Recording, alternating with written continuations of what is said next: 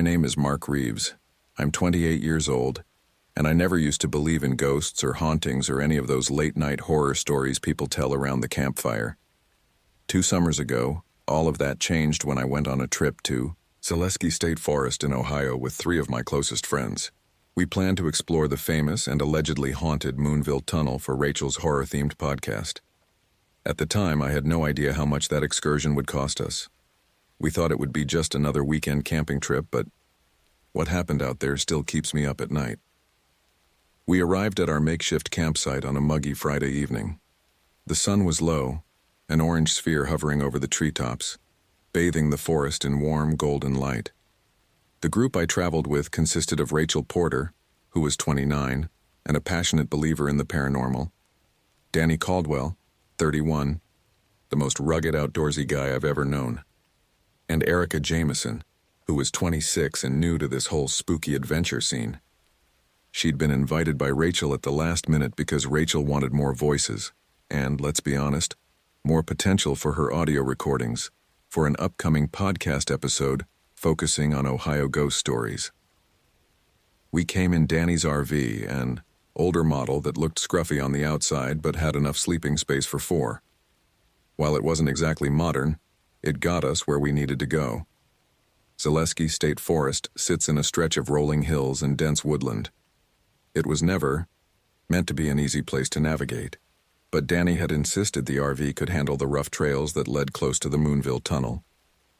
The forest canopy created a long shadow over the dirt roads, and as we bumped along, the dimness was almost absolute, even though the sun had not fully set. The plan was simple. Rachel wanted to record an episode right at the entrance of Moonville Tunnel. She had this whole show about urban legends. She'd racked up thousands of listeners who loved hearing her talk about unsolved mysteries, supernatural sightings, and haunted places across America. She had decided that a real on-location recording would give her a new edge. I tagged along mostly out of curiosity. I'd studied Ohio history in college and knew the basics. Moonville Tunnel was part of an abandoned railroad line that ran through a tiny mining town called Moonville. The ghost town had a reputation for accidents, which gave birth to tales of wandering spirits. Personally, I was sure it could all be explained rationally. I remember how we parked the RV in a small clearing about a 10-minute walk from the tunnel. The trees loomed overhead, thick trunks blanketed in moss as if guarding the forest's secrets. Cicadas droned in the background, blending with the crunch of gravel under our feet when we stepped out to set up camp. We decided to place a couple of tents outside. Danny said it was always wise to keep living space and sleeping space separate in case we got swarms of insects or unexpected leaks. Fair enough. Rachel was all too eager, almost jittery with excitement, so she jumped out first. "Guys, do you feel that energy?" she asked, pushing her curly brown hair out of her eyes. "It's so charged here." She swung her phone around, trying to capture the moment on camera. "Feels humid to me," Danny muttered. He was in charge of the practical tasks, unpacking the gear, securing the tents, and building a fire pit. He tossed me a pair of worn gloves and pointed to an axe. "Make yourself useful, Mark. We'll need firewood." Erica stayed by the RV, fiddling with her phone. She looked nervous, her eyes darting around as if she expected something to jump out of the trees at any moment. "No signal," she announced in a small voice. "I can't text or check the map." "Typical," I said with a shrug, playing it off as no big deal. "Cell reception is always spotty in the woods." I didn't know then how crucial that loss of contact with the outside world would become. We got settled, pitched 2 tents, one for the guys, one for the girls, then circled around a new fire pit that Danny built out of stones he found scattered near the tree line. By the time the night had fully fallen, our only light came from the half-moon above and the flickering flames that turned our faces orange. I felt that old surge of excitement, the kind you get at the start of an adventure. Even though I was a skeptic, I loved the camaraderie of being out in the wild with my friends. We had hot dogs and s'mores, told a few jokes, and stargazed. For a while, everything was perfect. Somewhere around 11, Rachel insisted we go check out the tunnel. She wanted a before midnight perspective for her recordings. There's no better ambiance, she said, patting the microphone stuffed inside her backpack. And the ghost stories I read say the real creepy stuff starts just before midnight. I rolled my eyes. And how many times have you done this routine, Rach? But I stood up anyway, rummaging for my flashlight. Danny shrugged and grabbed his, and Erica hesitated but followed.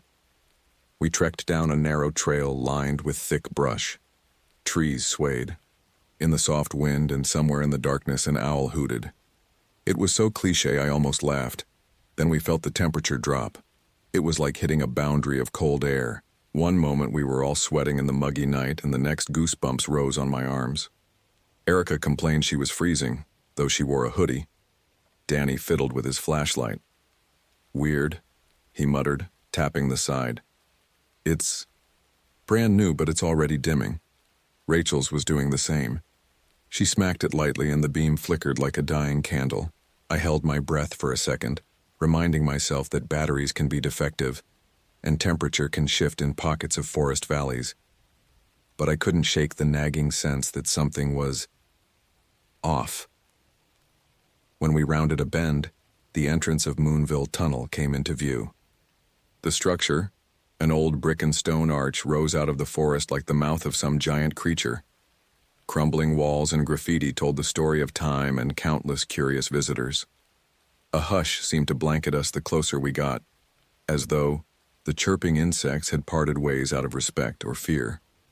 I could hear water dripping somewhere from the top of the tunnel or from the cracks in the stone. It echoed eerily. Rachel pressed record on her device. "We're standing in front of Moonville Tunnel," she whispered in her best horror host voice. "Legend has it that many people met their end here. Railroad workers, miners, and children who wandered onto the tracks. Locals claim to hear the cries and laughter of spirits trapped in these walls. Stay tuned." I rolled my eyes again, stepping forward to examine the tunnel more closely. The inside was so dark it seemed to swallow our meager flashlight beams. "Come on," I said to the others. "Let's just walk through. It's probably no different from any other old structure." Danny was behind me, scanning the graffiti, with mild interest. Erica was the last in line, hugging her arms around herself. We ventured inside, stepping carefully over loose gravel and broken glass. The cold intensified, prickling at the exposed skin on my hands and neck. A musty smell lingered like damp earth and rotting leaves. Then we heard it. Laughter. At first I thought it was Rachel's phone playing a weird audio track, but I saw her freeze up and stare at me in confusion. The laughter was faint, echoing off the walls in raspy bursts like children giggling at a private joke. It didn't fade away as normal echoes do. It lingered, drifting in the darkness. "Do you guys hear that?" Erica asked, her voice trembling. Rachel nodded, her eyes wide, and quickly turned up the sensitivity on her microphone.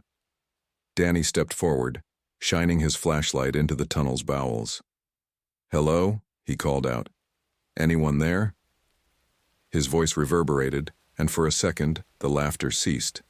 Silence rushed back in, heavier than before. I tried to appear unruffled. "Probably some local kids messing around," I said, but my pulse quickened. My mouth felt dry. We stood there for a minute, scanning the darkness for any sign of movement.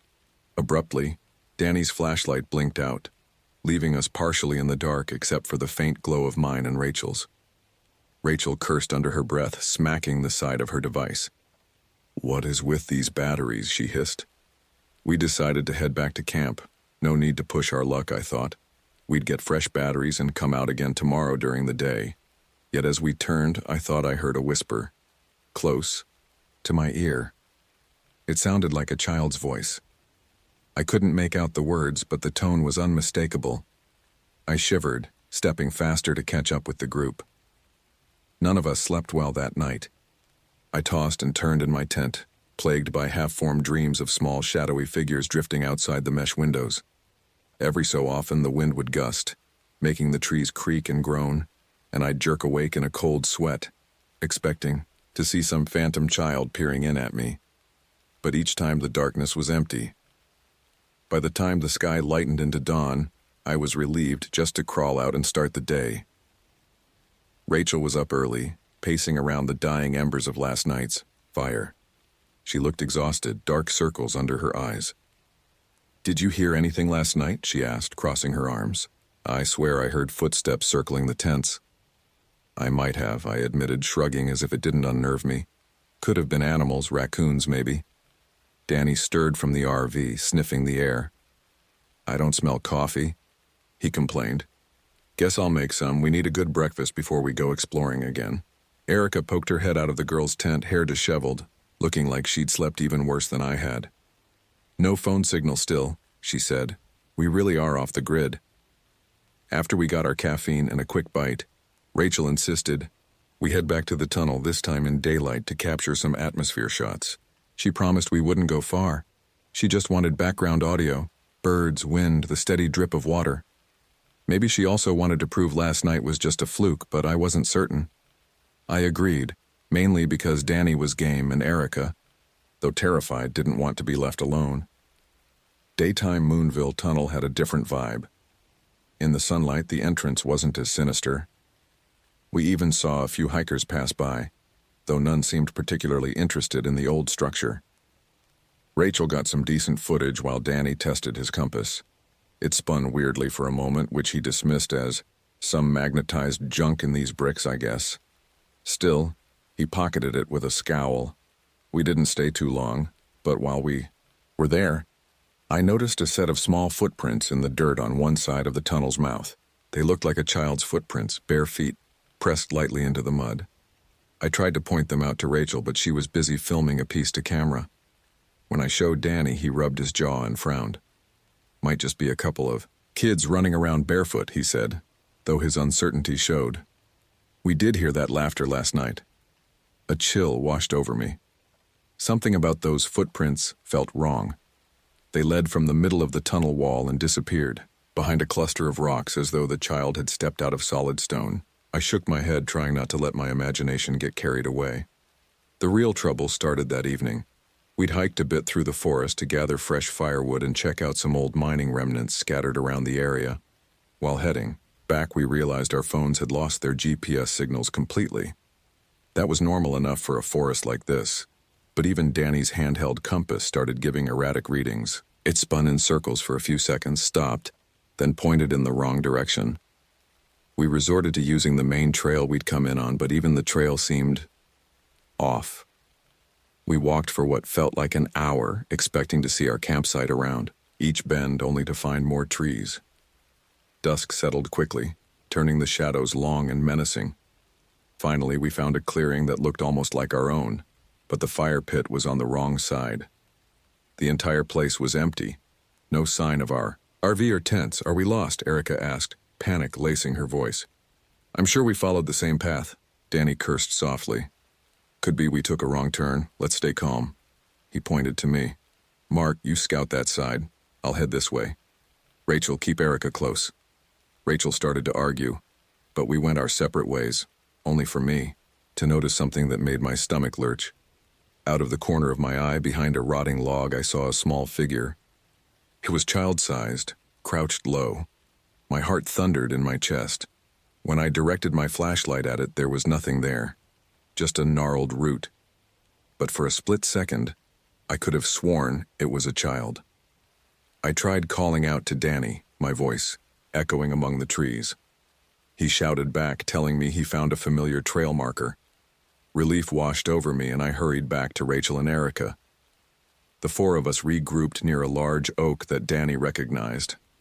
Another 20 minutes of backtracking led us back to the real clearing. As soon as I saw our tents and the RV, my chest loosened. Erica actually let out a little sob of relief. But that wasn't the last scare of the night. After dinner, I was poking around in the RV, searching for extra batteries. I always kept a stash in my duffel bag. But when I unzipped it, I noticed something lying on top of my clothes. A small, tattered doll. Porcelain face, chipped paint, a yellowed dress, definitely antique-looking. I didn't own any dolls. My bag had been closed and locked. I stared at it, half expecting it to blink. The rational side of my brain told me it could be a prank. Rachel or Danny might have placed it there to freak me out. Slowly, I picked it up. It felt cold, too cold, and a faint smell of dirt and decay clung to it. My heart hammered as I called out, "Very funny, guys." No one answered. Outside, the night was silent except for the crackle of our campfire. I was about to confront Rachel about it when she came aboard the RV with her microphone in hand. "You okay?" she asked, seeing my flushed face. I showed her the doll. "I found this in my bag. Come on, if this is for your podcast or something, enough with the jokes." She looked genuinely confused, then alarmed. "I didn't put that there," she said. "Why would I?" We rushed out to find Danny and Erica. Neither of them admitted to slipping a doll into my duffel. Erica paled at the sight of it. "That's so creepy," she murmured. "Do you think maybe some local kids came by?" Our gear was locked, though. There were no footprints around the RV. My skepticism faltered as I tried to imagine a logical explanation. I couldn't come up with one. As we all sat around the fire later, discussing it in hushed tones, an unnatural stillness settled over the forest again. The air felt thick, pressing on my chest. Nobody suggested going back to the tunnel that night. Eventually, we turned in. Danny chose to sleep in the RV's fold-out bed. Rachel and Erica stuck to their tent. I went to the guy's tent alone. The night was restless. My mind kept drifting to the doll's blank porcelain eyes. A few times I heard sounds outside, like footsteps crunching leaves or twigs snapping. Each time I held my breath and stared at the tent's zipper, half expecting it to slide open. Sometime past midnight, I dozed off, only to be woken by Rachel's screams. I scrambled out of the tent in a panic, flashlight in hand. The first thing I saw was Rachel standing near the dying campfire, her hair a tangled mess, eyes wide with fear. Erica stood a few feet away, holding the flashlight with shaking hands. "What happened?" I demanded, scanning the area. Danny stumbled out of the RV, barefoot and angry, demanding to know the same. Rachel's voice trembled. "I heard whispering right outside the tent. I thought it was Erica at first, but she was asleep. I heard a child say, 'Play with us.' I unzipped the tent and there was a little girl standing right there. She had to be about 6 or 7, wearing a dirty white dress." We all froze, glancing around the campsite. No sign of any child. "Are you sure you weren't dreaming?" Danny asked, though he didn't sound convinced. Rachel shook her head vehemently, tears forming. "It was real." She smiled, and her eyes looked wrong. The moment I shone my flashlight on her face, she vanished, like dust. The story should have been impossible, but so much about this trip was already defying logic. I opened my mouth to speak, but a single snap from the edge of the clearing made us all turn. Something moved among the dark silhouettes of the trees, where our campfire's light couldn't reach. "Who's there?" Danny shouted, stepping forward. No reply. We stood there, breath caught in our throats. Then I heard it. Children's laughter, the same haunting giggles we heard in the tunnel, drifting closer. It echoed around the clearing, bouncing between the trunks, mocking us. Instinctively, we moved closer to one another, forming a small circle by the fire pit. When the laughter faded, only silence remained. We didn't dare go back to sleep. We took turns keeping watch until the gray light of dawn touched the horizon. Part of me wanted to leave right then, pack up and run.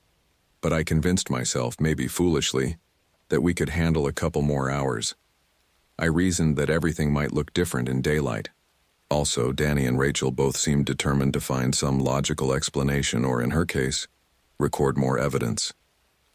That morning, Danny announced we were running low on water. We'd have to refill the RV's jugs at a nearby station or find a clean source. Zaleski State Forest had a few, but that meant driving out of the area and coming back. The plan was for Danny and Rachel to go fill up the water supply while Erica and I stayed behind to watch the camp. Rachel was hesitant to split up, but Danny reminded her we couldn't afford to all go. The trip out and back would take hours, and we didn't want to pack everything up just to set it up again. So they left around 10. Erica and I stayed behind, tidying the site. I tried to put on a brave face. "It's probably all just weird coincidences," I told her. She only nodded, eyes darting nervously at every rustle in the leaves. The day wore on, hot and still. By noon, I noticed the quiet was unnerving again. No birds singing, no insects buzzing. It was as if the forest were holding its breath. Then, out of nowhere, a soft child's giggle echoed from behind the RV. Erica and I both jolted upright. I grabbed my flashlight, though it was broad daylight, and we slowly edged around to the back. We found tiny footprints in the dust, the same small bare feet pattern from the tunnel. They circled around the RV, weaving in and out of the trees. I followed them cautiously. Erica stood behind me, muttering that this was insane. Finally, we reached a point near a cluster of oaks where the footprints simply stopped, as if the child had vanished into thin air. A chill rushed up my spine. We hurried back to the camp. A half hour later, I noticed that Danny and Rachel's tent flap was open. I knew we'd zipped it. I peeked inside, heart pounding, and my stomach lurched. Lying on Rachel's sleeping bag was that same porcelain doll I found in my duffel. Only now its dress was stained with fresh dirt, and a piece of old paper lay next to it. On the paper, scrawled in a childlike hand, were the words, "Play with us." Erica let out a whimper, stepping back as though the doll might leap to life. I felt anger flare through my dread. "All right, this is enough," I hissed. "If Danny or Rachel is pulling some elaborate prank, I'm going to kill them." She shook her head. "Why would they do that? They aren't even here." Part of me just wanted to believe there was a rational explanation. I stared down at the doll's painted eyes, noticing a fine crack in its cheek. It felt like it was watching me. Without thinking, I grabbed it and marched out to the fire pit. I dug a quick hole in the ashy embers with a stick and placed the doll in. Erica gasped. "Mark, what are you doing?" "Getting rid of this cursed thing," I snapped. I grabbed my lighter fluid and doused it. The doll sizzled as the fluid sank into the porcelain and the cloth body beneath. Then I lit a match. Flames leapt up, orange tongues licking the doll's porcelain face, blackening the painted eyebrows. Smoke curled in the air, carrying a stench of burning plastic and old fabric. For a moment, I felt a rush of triumph, like I'd beaten back the darkness that was haunting us. But then, the fire died abruptly, snuffed out as if by an unseen hand.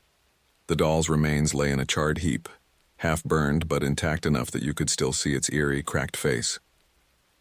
Erica and I just stared, hearts pounding. Neither of us touched it again.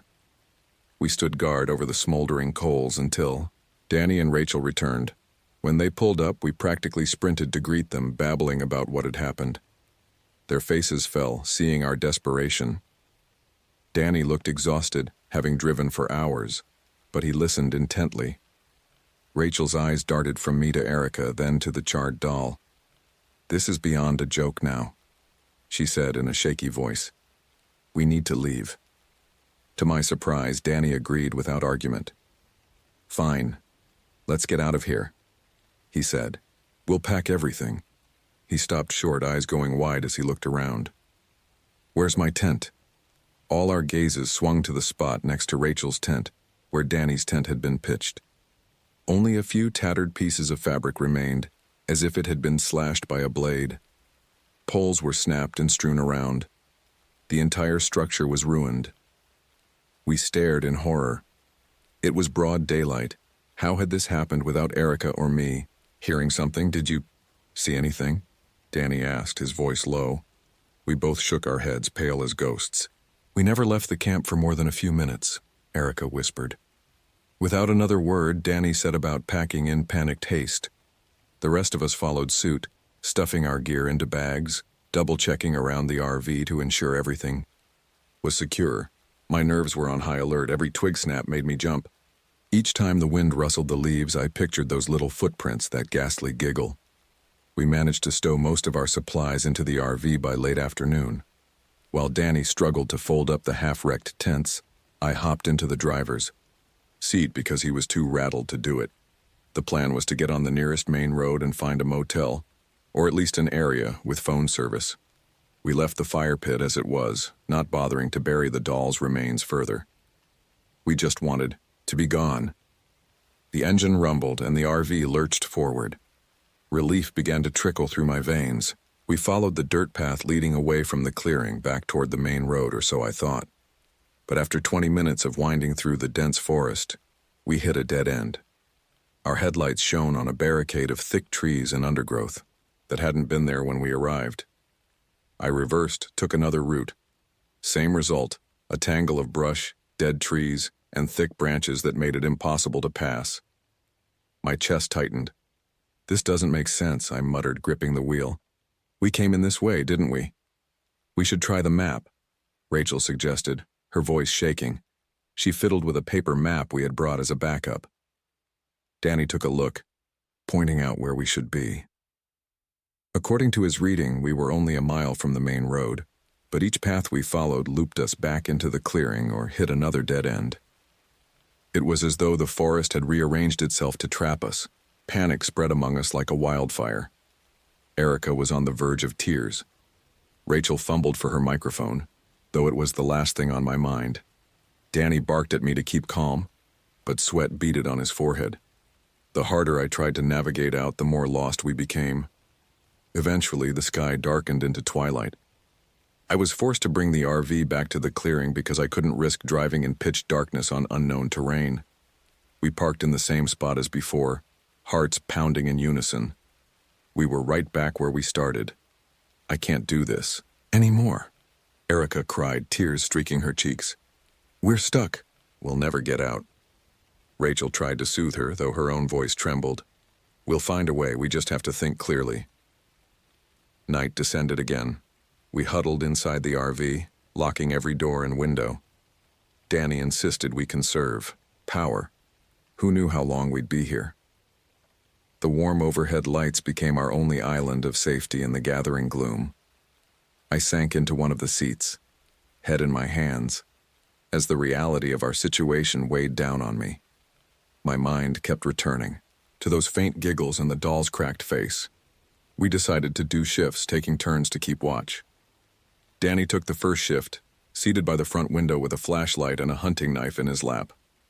Rachel sat across from him, recording quietly. I dozed off for maybe an hour, lulled by exhaustion and fear. Then a frantic pounding on the RV door ripped me from sleep. My eyes flew open. Erica was screaming. Rachel fumbled with her microphone.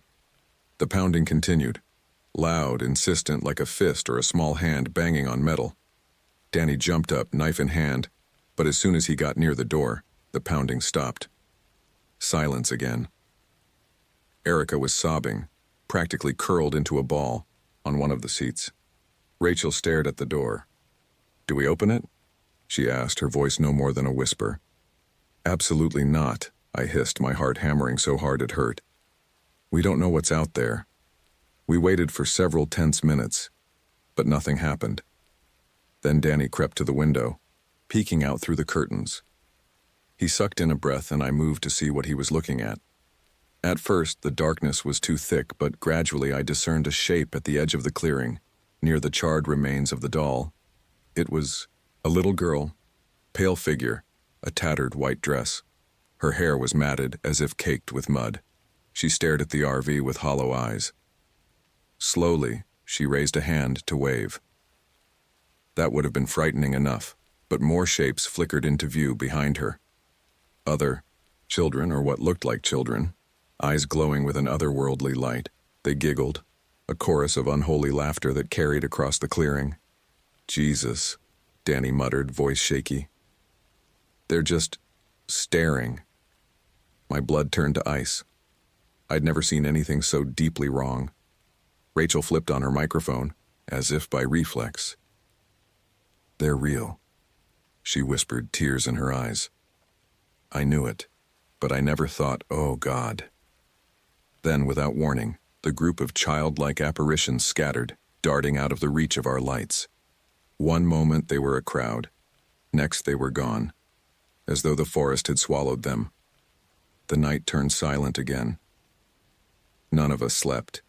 The hours stretched on, filled with hushed arguments and failed attempts to call for help. Dawn came, gray and cold, and we decided we'd make one last attempt to find the road on foot. Danny reasoned that the RV might be too large to navigate the tangled paths, but if we hiked, we might slip through. Erica was terrified, but staying put felt even worse. Armed with flashlights and what little courage we had left, we ventured out. We left the RV behind, hoping we'd find the real road or at least cell service to call a ranger. The deeper we went, the more the forest seemed to twist around us. No matter which direction we took, we kept ending up at the same clearing, the same gnarled trees, the same rocky outcrops. It was like an invisible maze had been placed around us. Eventually, we lost track of time. The sun, hidden behind thick clouds, gave us no clear direction. Tension mounted. Rachel snapped at Danny for leading us in circles. Erica's breathing grew ragged, tears slipping down her cheeks. I tried to keep my cool, but a creeping dread ate away at my rational mind. My sense of direction told me we should have gone north, but the forest refused to cooperate. That was when Danny froze in place. He stared at a spot near an old oak, where leaves and twigs formed a shallow depression. "Someone was lying here," he said grimly, stepping closer. Then his voice caught, "Oh God." Sprawled among the leaves was a battered sleeping bag, Danny's own, torn and dirt-stained. It was partially covered in what looked like fresh soil. How had it gotten here, so far from camp? We stepped closer. There were finger marks in the soil, as if something or someone had been dragged. Danny's face went pale. His eyes glazed over as though in a trance. He dropped to his knees, touching the sleeping bag with trembling fingers. "Danny?" I asked, stepping forward. But he didn't respond. He just stared at the bag, blinking slowly. Then, in a sudden burst of movement, he grabbed fistfuls of dirt and started covering himself with it. Erica screamed for him to stop. Rachel tried to pull him away, but he shoved her aside, muttering incoherently. It was as if something had gotten inside his head. He mumbled a child's rhyme, one I didn't recognize. A high, eerie laugh escaped his throat, too high to belong to a grown man. I felt sick to my stomach. Rachel shouted his name over and over, slapping him, but he wouldn't snap out of it. Finally, we wrestled him away from the spot. He collapsed, heaving for breath, covered in dirt. He looked up at us, tears mixing with mud on his cheeks. What happened?" he managed, trembling like a leaf. He had no memory of the last few minutes. We dragged him up, half carrying him back. To the RV, hearts pounding. We were done. We had to leave, no matter the cost. The forest wasn't letting us go easily, but we refused to stay any longer. Gathering the last of our energy, we piled into the RV. Danny was too disoriented to argue when I insisted on driving again. Rachel clutched her microphone, though I doubted she'd record anything more. Erica sat in the back, eyes wide, hugging her knees. I tried every possible path out of there, the engine growling as we lurched over uneven ground. Trees seemed to loom out of nowhere, forcing me to swerve. Once I caught a glimpse of a child's face peering through the windshield as if floating right outside, only to vanish when I blinked. My breath came in shallow gasps. The forest grew darker, though it was barely afternoon. Suddenly, the RV gave a violent jolt. The front tire caught on something, a fallen log, a rock I couldn't see, and we careened sideways. I wrestled the wheel, but it was too late.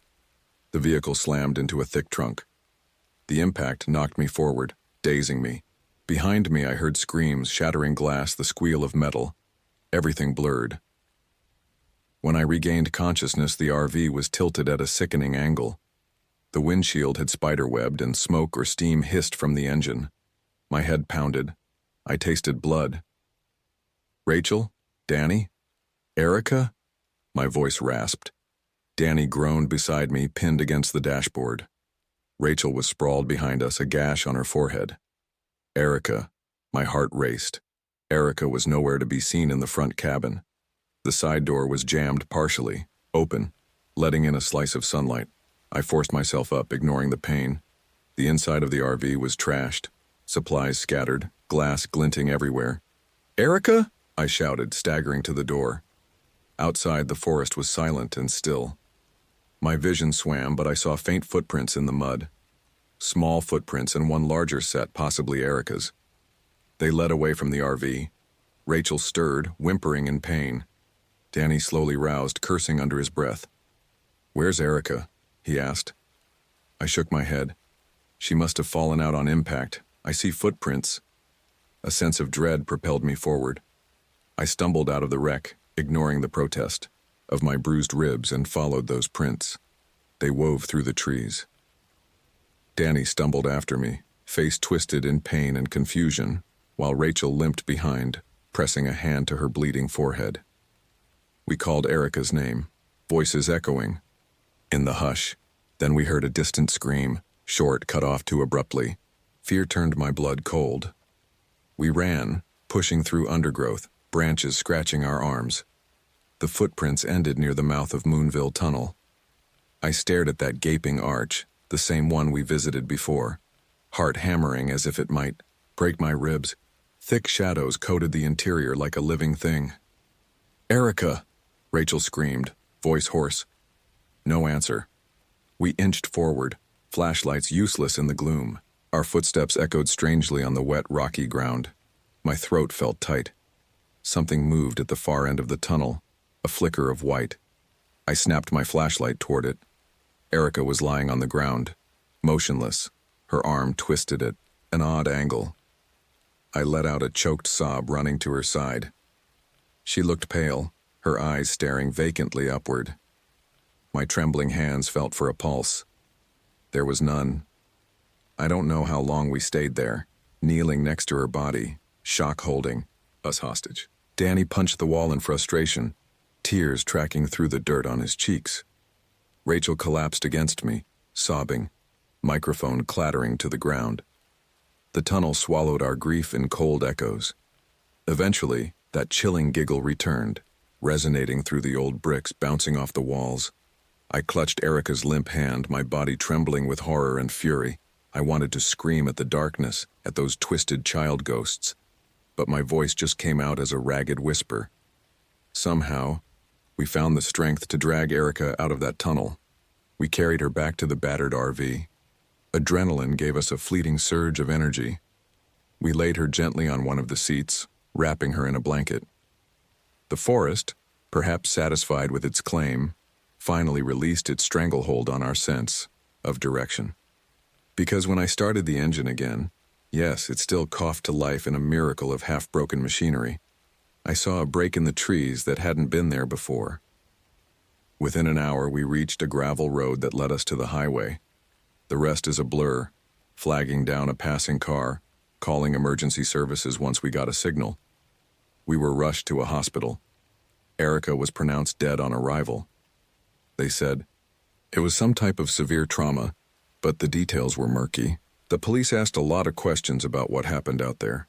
We didn't have answers that made sense. We told them about the crash, about getting lost. We didn't mention the ghosts of the children. Who would believe us? That was 2 summers ago. Since then, Danny moved away and changed his number, consumed by guilt. Rachel stopped recording her horror podcast and refuses to talk about anything supernatural. And me? I've spent countless nights trying to rationalize what I saw. But every explanation falls flat. I can't tell you how it works or why it happened, only that it did. Sometimes in the dead of night, I wake up to faint giggles, echoing, in the corners of my room. Maybe it's just my imagination. Maybe not. But I know one thing for sure. Those children in Moonville Tunnel aren't legends or fables. They're real, and they aren't resting in peace. They took Erica from us, and they almost claimed us all. If you ever find yourself in Zaleski State Forest near an old railroad tunnel with a broken arch and chipped bricks, do yourself a favor. Turn around. Don't go in. Some spirits aren't looking for closure. They're looking for playmates, and once they set their eyes on you, it may already be too late. Ooh.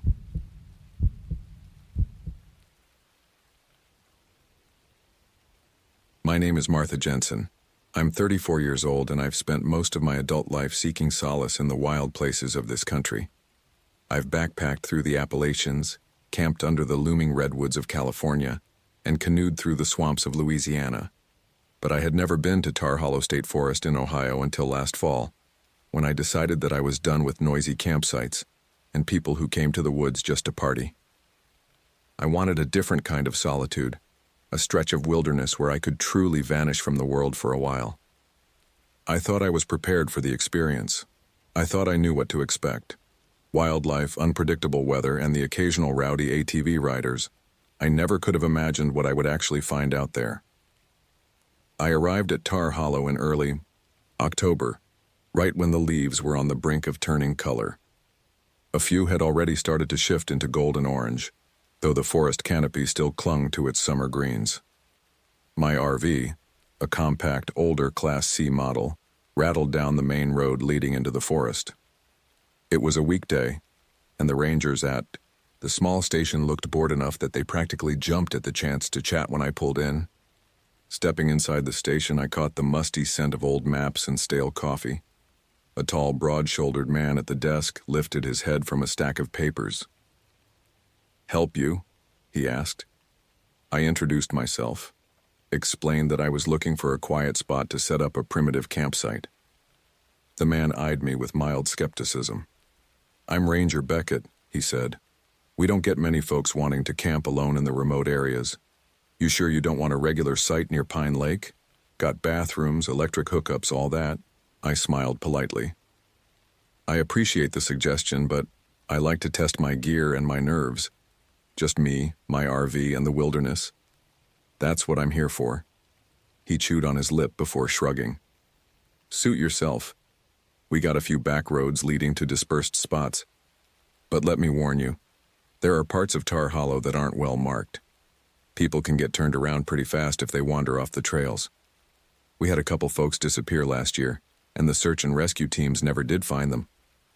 His words put a little knot in my stomach, but I kept my tone light. "I'm a former search and rescue volunteer myself. I'll be careful." "Uh-huh," he said, sliding a map across the counter, marking the general area I'd recommend. "Stay on the roads. Once you set up, come back here if you need any help. We do patrols every few days, but not always out in the far corners." "Thank you," I replied, folding the map. He hesitated for a moment. "One more thing," he added, lowering his voice. "Locals talk about weird noises at night around here. Coyotes, probably. They can sound downright eerie. Don't let it spook you." I smiled again, thanked him, and left.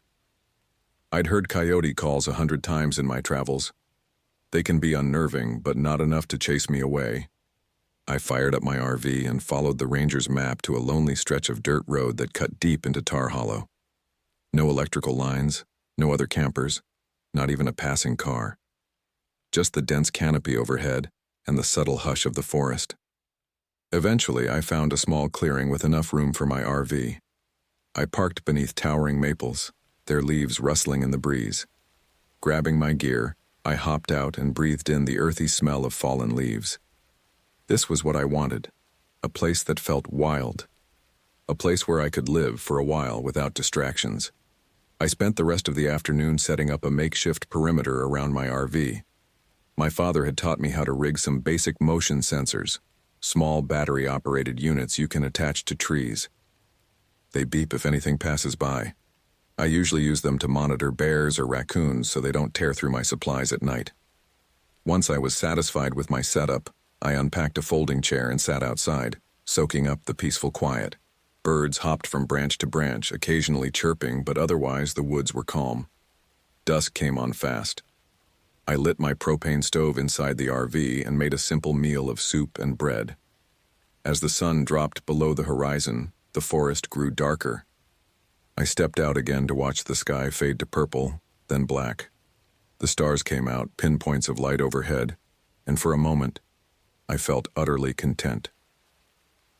That first night, I slept well, mostly. Around midnight, though, I awoke to a strange cry echoing from the depths of the woods. It started low, almost like a person moaning, but then rose into a high-pitched shriek. My heart gave a heavy thud.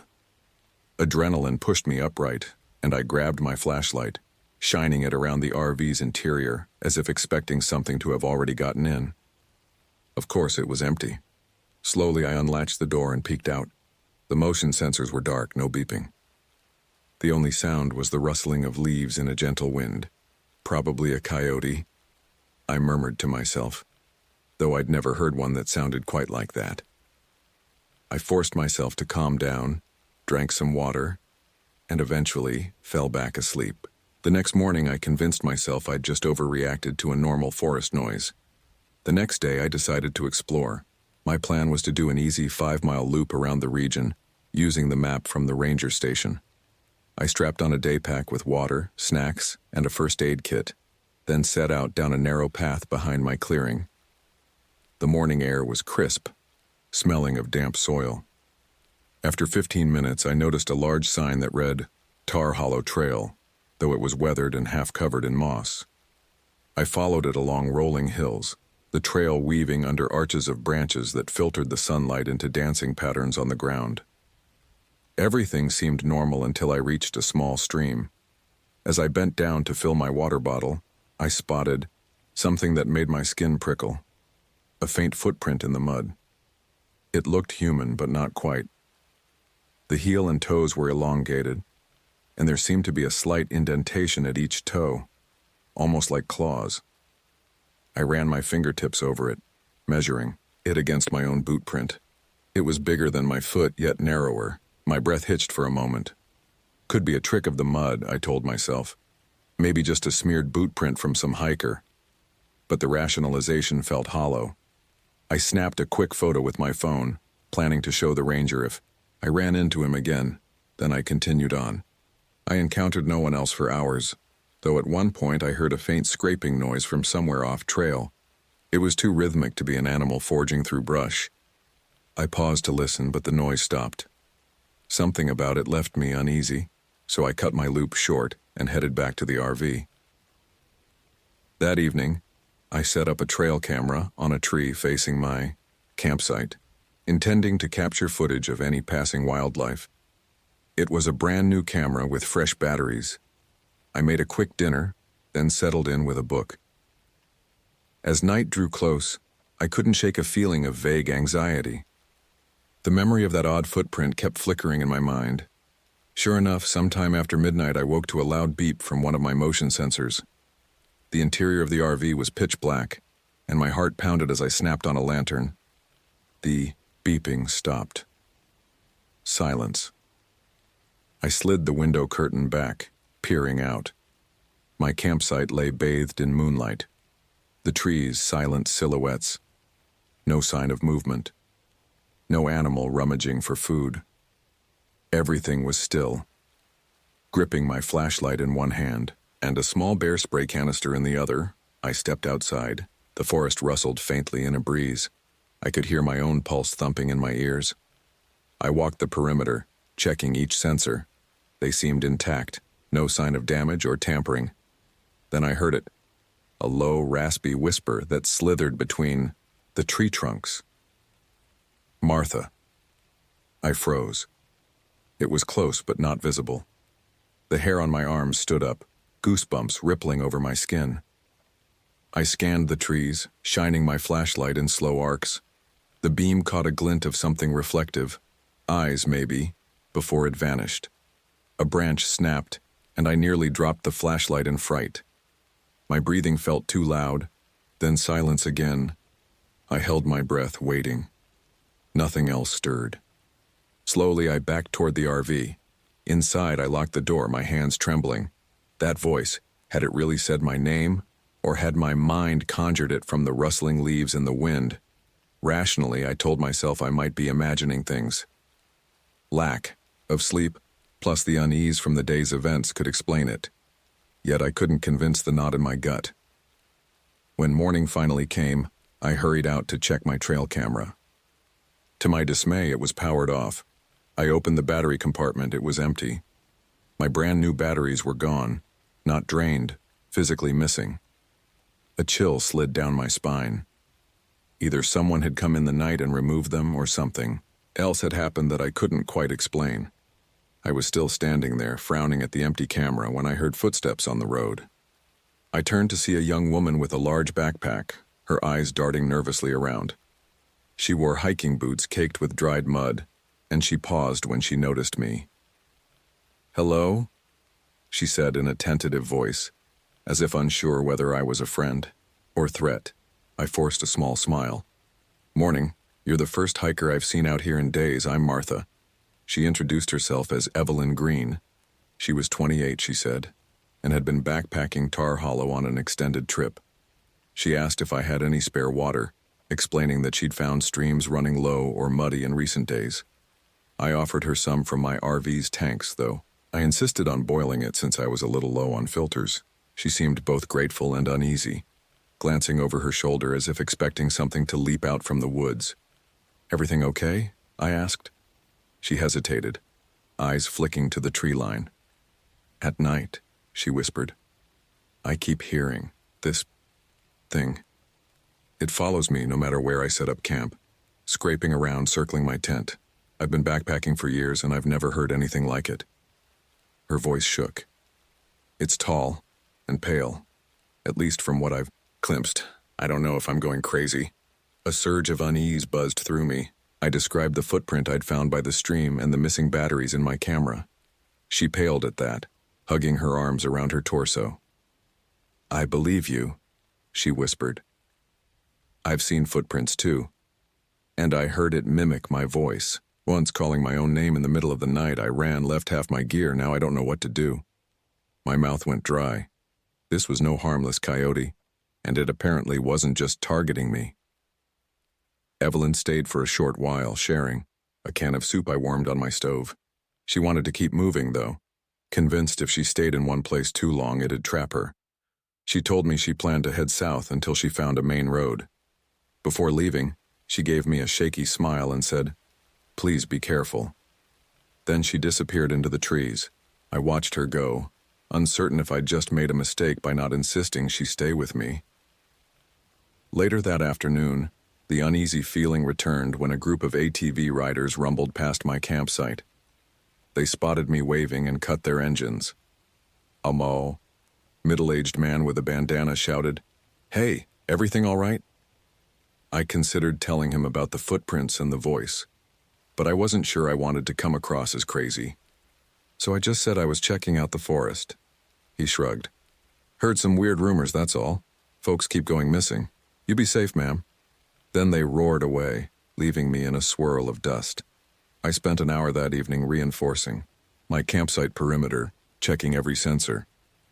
I replaced the missing batteries with spares, then duct taped the compartment shut. I even set up a second trail camera from an older stash I'd kept for emergencies. As night fell, I tried to distract myself by reading, but my gaze kept drifting to the windows. The forest felt watchful. A hush enveloped the trees, as if all the animals were lying low. Then came the scratching. It was faint at first, like a branch dragged lightly across metal. I heard it against the side of the RV near the cab. I froze, holding my breath. The scratching circled around, moving from one side to the back. A beep sounded. One of my motion sensors triggered. My heart thundered.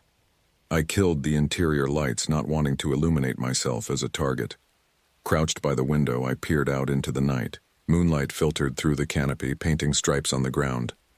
There, by the rear corner of my RV, I saw a figure, tall, slender, with pale limbs that seemed too long for a normal human. Its back was turned to me. I couldn't make out the face, but I saw that it crouched half animal, half person, scuttling with unnatural grace. A wave of horror seized me. That had to be what Evelyn described. I wanted to hide, but I forced myself to watch. The figure stood abruptly, a jerk of motion that almost made it look like a puppet on strings. Then it turned its head. No, it swiveled it, almost all the way around, as though it had no bones in its neck. Its eyes reflected the moonlight with a faint shine, and for a terrifying moment I thought it was staring straight at me. My mind told me that was impossible. The interior of the RV was dark. Yet I felt its gaze like a physical weight. It opened its mouth, but instead of an animal snarl, I heard a low hiss, followed by a mockery of my own voice. "Martha," the same way I'd heard it whispered the night before. Fear coiled in my gut. Slowly, it moved away from the RV, disappearing among the trees. I didn't sleep for the rest of the night. Every so often, the motion sensors beeped. But by the time I mustered the courage to look, there was nothing there. Daybreak couldn't come soon enough. The moment the sun lit the clearing, I rushed outside. Sure enough, the brand new trail camera was missing its batteries again. More disturbing, the entire device was lying on the ground, shattered, as if something had stomped on it. My gear was worthless if I couldn't even capture footage of whatever was stalking me. My one small consolation was that I found footprints, those elongated, clawed impressions leading away into the woods. The revelation that this was absolutely real provided a strange validation, but also a deepening terror. I decided I needed to talk to Ranger Beckett. I gathered some supplies and got into the driver's seat of the RV, intending to head back down the dirt roads to the station. The engine started up fine, and for a moment, I felt relief. At least I could get out of here if I had to. As I maneuvered through the narrow path, the forest seemed unnaturally silent, as though it was holding its breath. It took me over an hour on the bumpy trails, but eventually, I spotted the small, wooden ranger station. Beckett was inside, reading a newspaper. He looked surprised to see me. "Something happen?" he asked, setting his paper down. I explained as calmly as I could about the footprints, the vandalized trail cameras, and the shape I'd seen. I left out the part about it speaking my name, worried that might undermine my credibility. He frowned, not calling me crazy, but also not looking entirely convinced. "This region has a lot of wildlife," he said slowly, as though choosing his words carefully. "And we do hear stories from time to time about unusual sightings. Most turn out to be big coyotes or bobcats in poor light. People get spooked." "This wasn't a coyote," I insisted. "It was upright like a person, but not shaped like one. It destroyed my cameras. It left footprints that were almost human except for claws. Does that sound like a bobcat to you?" He hesitated. "Probably not," he admitted. "But you have to understand, from my perspective, these kinds of tales pop up every season. A while back they called it a skinwalker, or a wendigo, or the grassman. Then the sightings die down. People see what they want to see in the forest." I felt frustration rising. "What about the missing hikers you mentioned? The ones never found? Could it be related?" He let out a slow breath, glancing at the station's door to make sure no one was eavesdropping. "The official report says accidents happen in rough country, but some locals do say there's something in Tar Hollow. They call it the Pale One. Some Native American legends mention malevolent spirits here, beings that can mimic voices or appearances. I've never seen it myself, but I've heard the stories." "And you think it's just folklore?" I asked. He studied my face a long moment. "Folklore or something else. Either way, if you feel threatened, you should leave." "Why risk it?" I thought about Evelyn, alone in the wilderness. "There's another camper out there, a woman named Evelyn Green. She's terrified." Beckett shook his head. "I've heard that name. She applied for a backcountry permit. I can send a patrol out, but we're understaffed. We can't comb the entire forest." He offered me a phone line to call a friend or the local authorities, but my pride and stubbornness flared. I thanked him for his help, then left. There was a part of me that refused to abandon my plan, especially after I'd come this far. I reasoned that if I remained vigilant, I could handle this. I'd faced dangerous animals before, but deep down, I knew it was more than just pride. Something about this haunting presence made me feel compelled to confront it, or at least understand it. I drove back, stopping only briefly to top off my water supply at a public tap near the station. By the time I reached my campsite, the sun was starting its late afternoon descent. My clearing looked the same as I left it. Quiet, empty. I set about cleaning up the debris from my smashed camera. Then I circled the site, looking for footprints or signs of intrusion. Oddly, there were none. No fresh tracks, no random broken branches. It was almost as if the forest was granting me a reprieve. That night was calm, eerily so. I even dared to step outside around midnight, shining my flashlight across the clearing. My motion sensors were still in place, but none had triggered. The hush pressed in, and I began to wonder if the creature had moved on, or if maybe I'd imagined the entire ordeal. Sleep beckoned, so I finally crawled into bed, falling into a restless doze. I don't know how long I'd been asleep when I heard a thunderous thump on the roof of my RV, followed by the screeching of metal. I bolted upright, heart slamming, against my ribs as the entire vehicle shook. Tools clattered off the shelves, the lights flickering. Another deep thump, like heavy footsteps above me. I grabbed my flashlight and bear spray again, wondering if it was wise to confront something that had that much power. But every instinct screamed that I couldn't just hide. I burst out the RV's side door, aiming my flashlight at the roof. I caught a glimpse of a pale limb, long and sinuous, gripping the edge. The creature was perched there, crouched like a gargoyle. Its fingers ended in claws that scraped the metal, leaving deep gashes. My flashlight exposed a gaunt chest, ribs, visible under pallid skin, and a head with eyes that glowed like distant headlights. The face was unnervingly human except for a mouth too wide, lips drawn back to reveal teeth that looked disturbingly sharp. It hissed, the sound setting every nerve in my body alight. Then it sprang into the air, leaping from the roof to the nearest tree with inhuman agility. My motion sensors went off in a cacophony of beeps. Branches rustled, leaves rained down as it vanished into the darkness. My entire body trembled, but I ran forward, ignoring the primal fear telling me to retreat. I aimed the flashlight upward, trying to catch another glimpse. All I saw were swaying branches, no trace of the creature itself. It took a long time for my breathing to return to normal, my heart still thrumming as I surveyed the damage. The RV's roof was dented, scratched. My weapons were laughably inadequate. Bare. Spray might slow an animal, but this thing was beyond anything I'd encountered. I realized then that staying was a foolish gamble. The forest might have let me come here, but it clearly had something in it that wanted me gone. Or worse. Dawn came slowly. My hands shook when I tried to pour coffee. I needed a plan. Leaving was the only logical choice. I started packing up. The forest gave no sign of trouble, as though it was smugly waiting for me to go. But halfway through dismantling my campsite, I heard an engine rumble on the trail. A battered pickup truck emerged from the trees and Ranger Beckett stepped out. His expression was grim. "Got a call from a hiker, said she saw a body by the creek," he said without preamble. "She ran out, told the main office. I figured I'd drive in to see if you were all right." My blood ran cold. "A body? Did she say who?" He shook his head. "She didn't get close enough. Said it looked like a woman's remains, but she was too scared to investigate. Could be an animal attack." I thought of Evelyn, dread churning in my stomach. "I'm coming with you," I said. Beckett hesitated. "Are you sure? It might not be safe." "It's definitely not safe," I answered. "But if it's who, I think it is. I can't just sit here." We set off in his truck, bouncing along overgrown paths.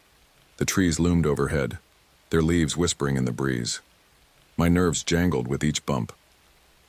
After half an hour, we reached a spot where the creek curved around a rocky outcropping. Sure enough, at the edge, something lay sprawled. Beckett killed the engine, both of us climbing out carefully. My heart thudded in my ears as we approached. The body was in a sleeping bag, partially unzipped, with a mangled tent nearby. My stomach turned when I recognized the battered backpack from earlier. It was Evelyn's. Her hair, matted and dirty, was the same color. She lay twisted in an unnatural pose, her face contorted in horror. Deep gashes marred her arms and torso, but there was little blood. It was as if something had drained her. Beckett cursed softly, taking off his hat. "Oh God," he whispered. It's not right." We studied the surroundings. The creek's mud showed footprints, those elongated clawed prints I knew too well. They circled around Evelyn's campsite, then led off into the forest. Beckett's face went pale. "What in the world?" he murmured, stepping gingerly away. I felt a hollow ache in my chest. Evelyn had warned me, and I hadn't helped her. We'd parted ways, and now she was dead. Anger and guilt warred inside me, but overshadowing both was a sudden visceral terror. The pale one was clearly hunting. Beckett radioed for support, but the signal crackled. All we got was static. It could be hours before backup arrived. "We need to leave," Beckett said, firmly, his voice shaky. "I'll have a team come out here properly. We can't stay." We hurried back to his truck. The sun was sinking, casting long shadows that seemed alive. The engine roared to life and he spun the vehicle around. But as we tried to retrace our route, we found the path blocked by a fallen log, massive, newly downed. Beckett cursed. We backed up and tried another route, only to find thick brush that seemed unnaturally woven together, as if the forest itself conspired to keep us from escaping. My heart raced. I'd heard legends of forests that turn travelers around, illusions or forces that manipulate the environment. We attempted a third route, turning east. The road twisted deeper into the forest, the light fading. Beckett wrestled the wheel, but the ground was soft, muddy. The truck's tires spun in place. We were stuck. We scrambled out, cursing and pushing, from behind, but the tires only sank deeper. A prickle of alarm ran down my spine as the quiet around us grew thick. A single beep sounded. My personal motion detector, which I'd clipped to my belt out of habit, flared red. Beckett and I froze, staring into the darkening tree line. Then we saw it. The pale one emerged from behind a trunk, spindly arms too long, head cocked at a grotesque angle. It hissed, displaying a row of pointed teeth. My pulse pounded. Beckett fumbled for his sidearm. Standard Ranger issue. He fired a warning shot into the air. The crack echoed among the trees, sending crows fluttering. But the creature barely flinched. It let out a guttural snarl that chilled my marrow. I grabbed a flare gun from Beckett's emergency kit, a desperate idea forming in my mind. "Distract it," I yelled. He fired another shot, this time aiming closer, but the bullet only hit a tree trunk. The pale one darted forward on all fours, unbelievably fast. Beckett shouted in alarm, stumbling back. I popped the flare gun's trigger, sending a blazing red streak arcing into the sky. The sudden light illuminated the creature's chalky skin. It let out a piercing shriek and recoiled, as though pained by the bright glare. For a second, it faltered. Beckett took the chance to aim again, but the creature vanished into the undergrowth, nothing but a pale blur.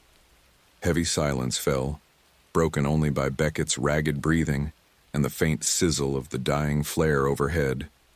We wasted no time. Leaving the truck behind, we sprinted in the opposite direction, crashing through the undergrowth, hearts pounding. The darkness thickened around us, but fear lent us speed.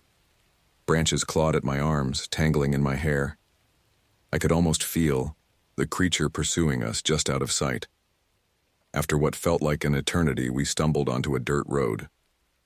My legs burned, chest heaving. I recognized the turn, marking it on the mental map in my head. If we followed it northeast, it would eventually lead back to the ranger station. We pushed on, stumbling in the dark with only a weak flashlight. The pale one's raspy breathing seemed to hover on the edge of hearing, but each time we looked back, we saw only shifting shadows. Finally, hours later, we reached a clearing near the station. The building's lights glowed softly. Relief crashed over me so hard, my vision swam. Beckett radioed for backup properly, and within an hour, more vehicles arrived. It was nearly dawn when I found myself in the station's office, sipping stale coffee, shaking uncontrollably. A few officers asked questions, but I was too numb to give coherent answers. We told them about Evelyn's body, the footprints, the monstrous shape we'd seen. A search party was organized at first light, though a few faces betrayed doubt. Another ranger asked me quietly, "You sure it wasn't just a large cat?" I was too drained to argue. Beckett, to his credit, supported my account. He looked haunted. I never found out what that search team discovered or if they admitted finding anything at all. By the time the first rays of sunlight pierced through the station's windows, I made a decision. I was leaving Tar Hollow. My RV might still be where I left it, or maybe it wouldn't. All I knew was that my life was worth more than a battered vehicle and a campsite in a forest that felt alive with hostile intent. The next few hours were a blur of official forms, phone calls, and pitying glances from people who didn't believe. Beckett and I parted with a solemn handshake. I thanked him for saving my life. He thanked me for telling him the truth, or as close to it as we could manage. I caught a ride into the nearest town with one of the officers, my only belongings, a backpack of essentials. That was nearly a year ago. I still think about Evelyn and the terror I saw etched on her face. I still have nightmares about pale limbs scraping the roof of my RV. Sometimes in the dead of night, I imagine hearing that raspy whisper calling my name from outside my bedroom window. I wonder if I'll ever truly be free of it. Most people would dismiss my story as nonsense or blame it on fear and hallucinations in the wilderness. But I know what I saw. And I know that in the remote corners of Tar Hollow State Forest, there is something that watches from the shadows. Something that mimics voices and hates the bright red glare of flares. Something that kills. My name is Martha Jensen, and I'm 34 years old. All my life, I've sought out remote places for peace, for challenge, for the raw beauty of nature. Now I no longer wander so freely, because I've learned there are corners of the wild where something else roams, pale, predatory, and impossibly fast. If you ever find yourself in Tar Hollow, be warned. Stay on the main trails, keep your senses sharp, and if you hear your name called out in the darkness, don't you dare answer. You might think you're alone, but it's watching, and it already knows you're there.